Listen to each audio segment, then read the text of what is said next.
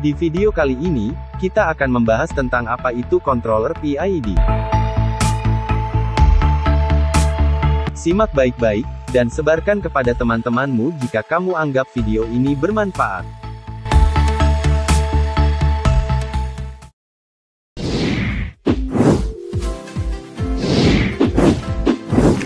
Sebelum kita mulai, like, komen, dan subscribe dulu ya. Dalam video ini, kita akan berbicara tentang controller PID, dan transformasinya dari sebuah perangkat sederhana, menjadi apa yang telah berkembang hingga saat ini. Akan dijelaskan mengapa controller PID digunakan dalam proses industri, daripada controller on-off sederhana. Juga diilustrasikan bagaimana pengaturan disebut proporsional, integral, dan derivatif mempengaruhi berbagai proses dalam pengendalian. Dan juga akan dijelaskan aktivitas yang sangat penting yang disebut controller tuning. Mari kita mulai dengan kontrol suhu rumah yang sering kita temui. Rumah ini memiliki tungku yang mendistribusikan panas ke seluruh ruangan. Dan pengontrol yang dipasang di dinding yang disebut termostat. Termostat memiliki sensor yang mengukur suhu rumah. Dan membandingkan pengukuran tersebut dengan set point yang dapat disesuaikan. Jika suhu ruangan di bawah set point, tungku dinyalakan. Ketika suhu ruangan meningkat di atas set point, tungku mati. Jenis kontrol ini disebut sebagai on-off atau kontrol bang-bang. Berikut adalah plot dari apa yang dilakukan suhu ruangan, selama periode waktu. Saat tungku on dan off. Seperti yang Anda lihat, suhu tidak persis berada pada set point 70 derajat Fahrenheit. Tetapi berkisar di atas dan di bawah set point. Kontrol on-off mungkin baik saja untuk rumah Anda, tetapi tidak baik untuk proses industri atau kontrol gerak. Mari kita lihat contoh kontrol level tangki untuk menjelaskan alasannya. Katup mengisi tangki saat pompa mengalirkannya. Jika katup dioperasikan dengan kontrol on-off, air akan berfluktuasi di sekitar set point 50%. Katakanlah fluktuasinya plus atau minus 10%. Dalam sebagian besar aplikasi industri, fluktuasi di sekitar set point ini tidak dapat diterima.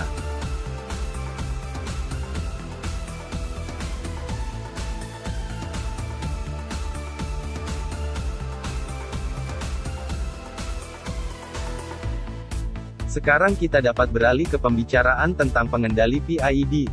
P adalah singkatan dari proporsional, I adalah singkatan dari integral, dan D adalah singkatan dari derivatif. Karena setiap proses merespons secara berbeda, pengontrol PID menentukan seberapa banyak dan seberapa cepat koreksi diterapkan, dengan menggunakan jumlah tindakan proporsional, integral, dan derivatif yang bervariasi. Setiap blok menyumbangkan sinyal unik, yang ditambahkan bersama untuk membuat sinyal keluaran pengontrol. Mari kita lihat bagaimana controller PID cocok dengan loop control umpan balik. Controller bertanggung jawab untuk memastikan bahwa proses tetap sedekat mungkin dengan nilai yang diinginkan, terlepas dari berbagai gangguan. Controller PID membandingkan sinyal PV dan set point. Berdasarkan perbandingan tersebut, controller menghasilkan sinyal keluaran untuk mengoperasikan final control element. Output pengendali PID mampu mengoperasikan elemen kontrol akhir pada seluruh rentang 100%.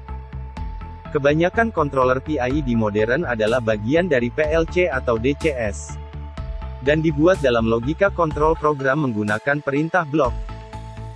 Sebelum PLC muncul, pengontrol PID adalah perangkat yang berdiri sendiri yang bertanggung jawab untuk mengendalikan satu loop. Sebuah ruang kontrol akan memiliki lusinan, atau ratusan pengontrol yang berdiri sendiri, yang dipasang pada sebuah panel. Masih banyak pengontrol PID yang berdiri sendiri yang diproduksi dan digunakan saat ini.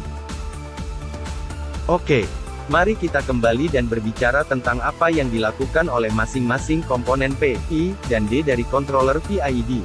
Ingat sebelumnya kami mengatakan bahwa pengendali PID bertanggung jawab untuk memastikan bahwa proses tetap sedekat mungkin dengan set point, terlepas dari berbagai gangguan. Mari kita lihat perbedaan antara variabel proses dan set point sebagai sinyal kesalahan. Blok proporsional membuat sinyal keluaran sebanding dengan besarnya sinyal kesalahan. Sayangnya, semakin dekat Anda ke set point, semakin sedikit dorongannya. Akhirnya, Proses hanya berjalan terus-menerus mendekati set point, tetapi tidak cukup sampai di sana. Saat itulah integral masuk. Blok integral membuat output sebanding dengan durasi dan besarnya sinyal kesalahan. Semakin lama kesalahan atau error, dan semakin besar jumlahnya, maka semakin besar output integral. Selama ada error, tindakan integral akan terus berlanjut. Blok turunan atau derivatif menghasilkan sinyal keluaran yang sebanding dengan laju perubahan sinyal kesalahan atau error. Semakin cepat perubahan error, maka semakin besar keluaran turunannya. Kontrol derivatif melihat ke depan untuk melihat error apa yang akan terjadi nanti, dan berkontribusi pada output pengontrol yang sesuai. Hal ini akan membawa kita ke istilah dengan controller tuning. Kami mengatakan sebelumnya, bahwa setiap proses merespons secara berbeda, dan bahwa pengontrol PID menentukan seberapa banyak dan seberapa cepat koreksi diterapkan, dengan menyesuaikan tindakan proporsional, integral, dan derivatif. Controller tuning melibatkan pengaturan nilai controller P, I, dan D, dengan benar untuk kebutuhan proses tertentu. Menariknya, pengaturan yang benar yang dicapai oleh controller tuning dapat sangat berbeda antar proses karena persyaratan khusus. Misalnya, setelah pengontrol disetel, benjolan set point sebesar 1% dalam kontrol level tangki menghasilkan respons teredam 1/4 gelombang.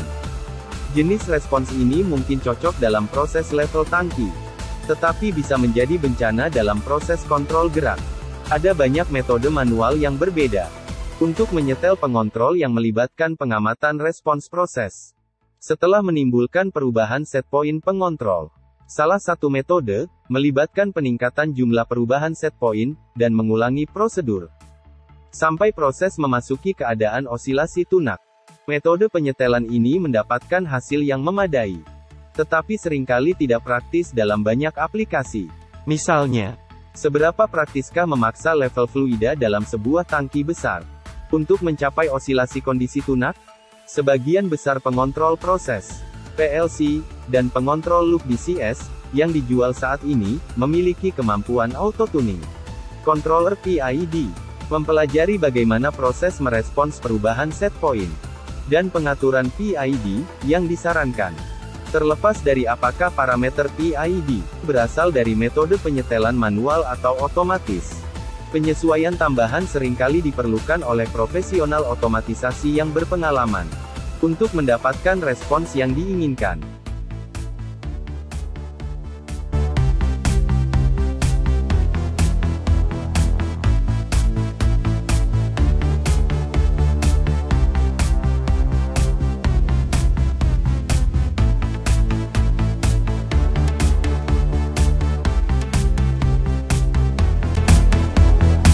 Sampai di sini video penjelasan singkat tentang controller PID. Sampai jumpa di video berikutnya.